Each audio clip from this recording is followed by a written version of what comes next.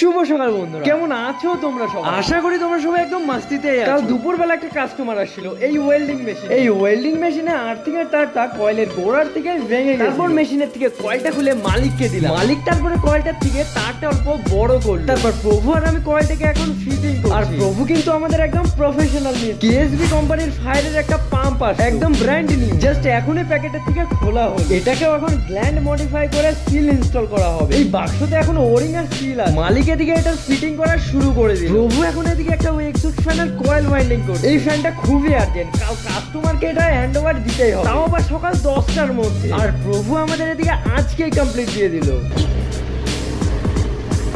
এখন 9টা বাজে, দোকান বন্ধ করার সময় হয়ে গেল। এর মধ্যে আসলো একটা কাস্টমার সিলিং ফ্যান নিয়ে। কাস্টমারের দাবি ফ্যানটা চলছে না। খোলার পর তো দেখা গেল ফ্যানের কয়েল ঠিকই আছে, কিন্তু স্টার্টিং কয়েল 3 জায়গায় ব্লাস্ট হয়ে আছে, রানিং কয়েলও সেম। কাস্টমারটা ভালো আছে, তাই কোনো জোড়াতালি না মেরে কয়েলই ওয়াইন্ডিং করে দেব। চলো তাহলে নেক্সট ভিডিওতে দেখা হচ্ছে, বাই।